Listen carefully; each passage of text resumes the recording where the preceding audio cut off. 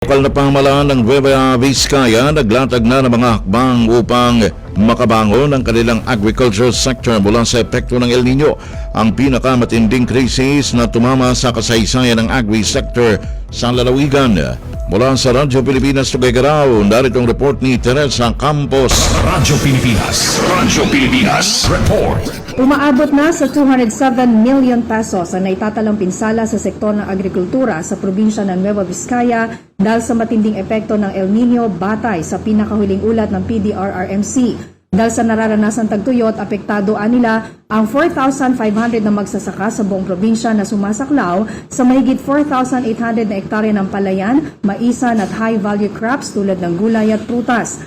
Ayon pa rin sa report, umabot na sa mahigit 60 milyong piso ang pagkalugi na itala sa rice sector, habang sa mais naman, ang pinakamalala na 144 million pesos na ang nalulugi. Sa sektor ng high-value crops, umabot na sa 3.2 million pesos ang napipinsala, kung saan ang bayan ng Dupax del Norte ang pinakatinamaan ng mga pananim. Dahil dito inilatag ni Nueva Vizcaya Governor Jose Gambito ang kalamang estratehiya upang makabangon kahit papaano ang kalang agriculture sector. Manipod dito Tuguegarao City, Teresa Campos, Radyo Pilipinas. Radyo Pilipinas News Nationwide.